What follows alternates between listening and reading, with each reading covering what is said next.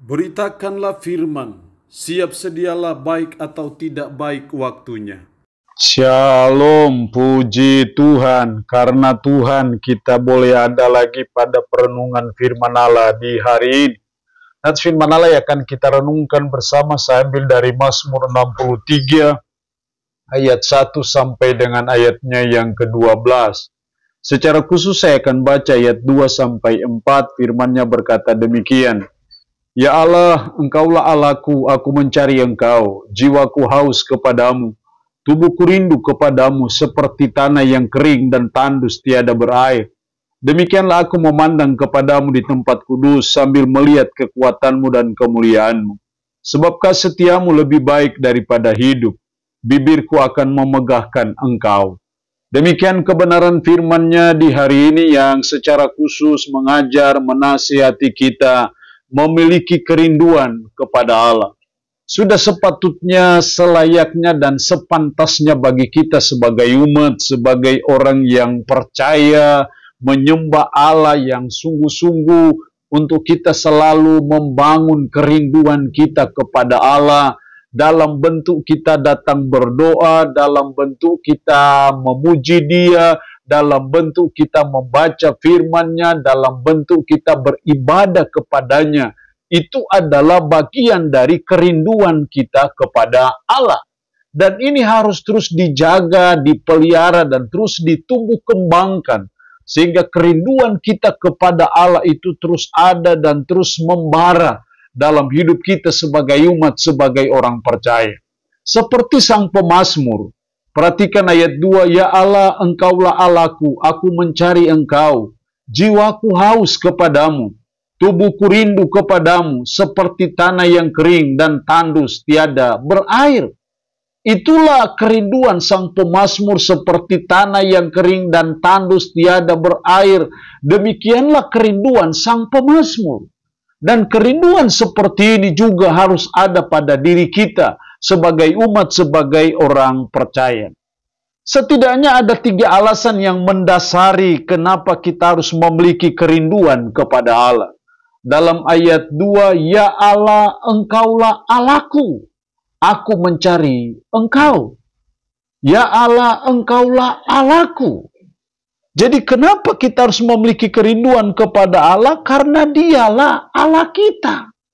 Karena Dia adalah Allah kita yang kita percayai sebagai Tuhan kita, sebagai penyelamat kita, sebagai pencipta kita, sebagai yang punya kedaulatan, otoritas penuh atas hidup kita. Maka tidak berlebihan dan tidak keterlaluan kalau kita mau rindu kepada Dia. Selalu rindu kepada Allah. Karena Dialah Allah kita. Dialah sesembahan kita. Dialah pujaan kita, Dialah pujian kita dan penyembahan kita. Sehingga sudah sepatutnya untuk kita selalu membangun suatu kerinduan yang dalam kepada Allah dalam berbagai cara yang kita bisa buat. Apakah itu melalui ibadah, apakah itu melalui doa, membaca firman, mendengarkan firman. Itu adalah bagian-bagian ekspresi kita dari kerinduan kita kepada Allah. Jadi ketika kita menyadari bahwa Dia adalah Allah kita, kalau Dia betul-betul Allah kita, Dia betul-betul Tuhan kita, bagaimana kita tidak rindu kepada Dia? Jadi mari kita selalu memiliki kerinduan kepada Allah, karena Dia adalah Allah kita. Alasan yang kedua, ayat 4, sebab kasih setiamu lebih baik daripada hidup, bibirku akan memegahkan Engkau. Demikianlah aku mau memuji Engkau seumur hidupku dan menaikkan tanganku demi namamu. Sebab kasih setiamu lebih baik daripada hidup. Hal yang kedua yang menjadi dasar alasan kita memiliki kerinduan kepada Allah adalah karena kasih setia Tuhan yang luar biasa. Yang ajaib bagi kita manusia berdosa. Bahkan sang pemazmur menyebutnya, kasih setiamu lebih baik daripada hidup. Itu berarti bahwa kasih setia Tuhan yang luar biasa bagi saudara dan saya inilah yang seharusnya terus mendorong kita, memotivasi kita untuk kita terus membangun kerinduan kita kepada Allah, untuk kita terus menjaga, memelihara kerinduan kita kepada Allah, untuk selalu mau bersekutu dengan Dia, kerinduan untuk terus mau menyembah Dia, kerinduan untuk terus mau mendengarkan petunjuk-petunjuknya, nasihat-nasihatnya melalui firman. Karena kasih setia Tuhan.